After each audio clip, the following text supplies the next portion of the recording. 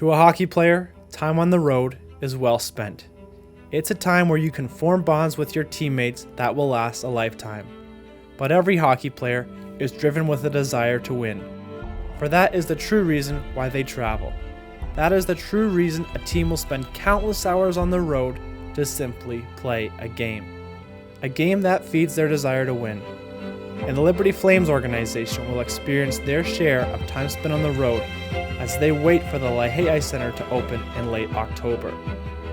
For now, they will pursue their desire to win on the road.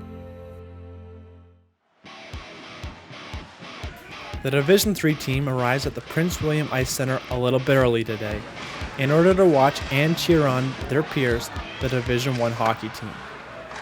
For the Division III team, it's an opportunity to watch former goalie Carey Byron get some action with the big club, proving the jump is possible with a lot of hard work.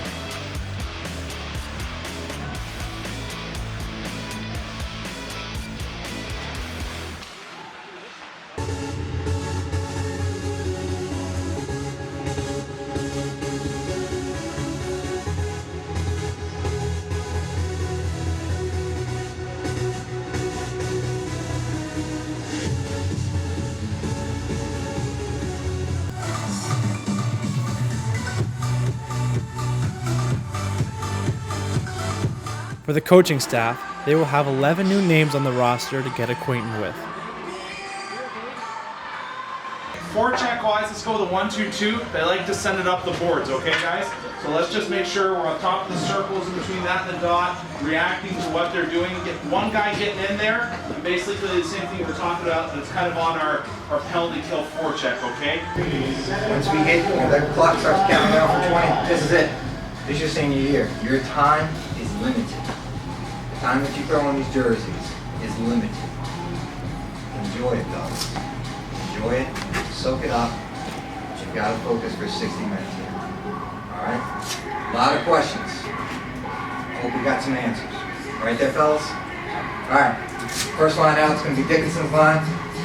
Brown and McIntyre, you're going to be in the back, okay? You already know who's starting the goal.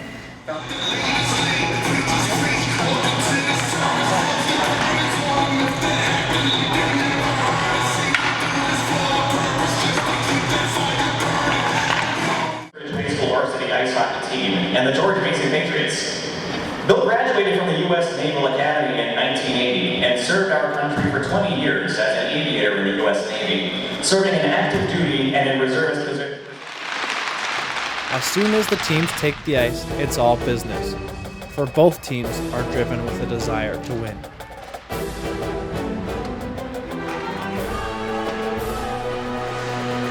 The Flames come out of the gate slow, which meant it was only a matter of time before the Patriots found the back of the net. And they did so twice under the first 4 minutes.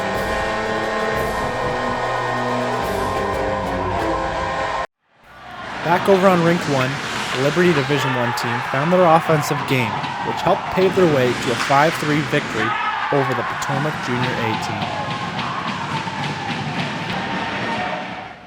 After the win, the Flames traveled to the opposite rink to find the Division III team down by a score of 3-0 in the first.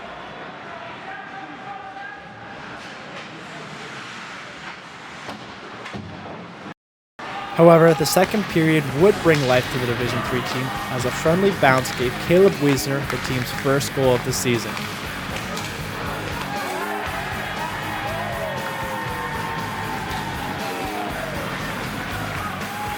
It wasn't long after that Matt Graham would blast home his first goal as a Liberty Flame, followed quickly after that by a rebound goal off of the stick of Jeremy Martin.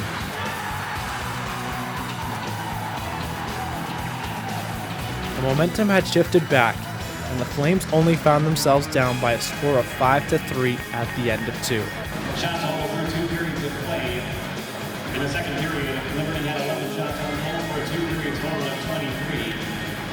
The Patriots had 13 shots on goal for a 2-period total of 22.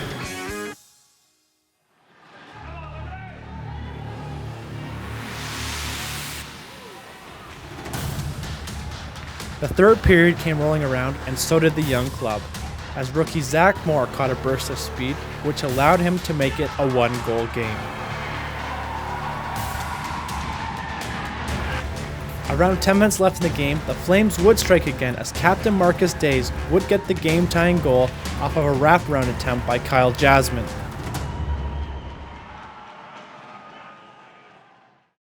But one thing about hockey is, everything can change so fast. The Flames allow an odd man rush, and the George Mason Patriots would make him pay, scoring the game-winning goal.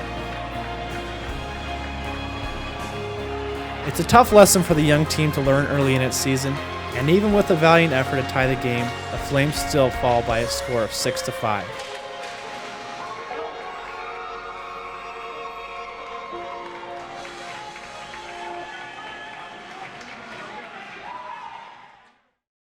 Second half of the hockey game, we outplayed them extremely well. We were down pretty large at one point. We evened it up at 5-5, and then unfortunately a 2-on-1 back the other way kind of bit us late. But the guys really showed some resiliency. The young guys kind of started to shake off the nerves, and everybody showed some heart. Unfortunately, we dropped it, but we got back into it. We're probably 60 to 70% new guys, and a lot of them really young. The schedule's not very compromising to that. We got a lot of road games to begin the season with. So you're in enemy territory, trying to find each other, find your partners, find your line mates and stuff. So it can be difficult, but it's something that we're going to have to ask these guys, and I think they can answer the call that, need to really rally around each other, rather quickly here before, we get too many of these close ones and then the season starts to slip away early. But, that relates back to the good character, the heart that they showed here tonight. So good signs headed forward. I think for a coach and for the coaching staff, when you have a guy that moves up from D3 to D2, you take pride in the fact that you've developed this young man that's a good person, a good hockey player, and he has the skill set to move up and play a higher level hockey. That's what you want to see. That's how you build your program. That's how you create inner competition for players to push one another and get better. So, our goal is, I hate the word feeder team, but we want to, produce the best hockey players we can at the Division III level so they can move on and make all of Liberty hockey that much better. Yeah, it's something where we want to take these young guys and prepare our veteran guys for if they want to move up in the system or they get called up to where they can fill in adequately for teams. And, if we get a guy or I get a guy in and, as much as we may bond through the season, I love these boys.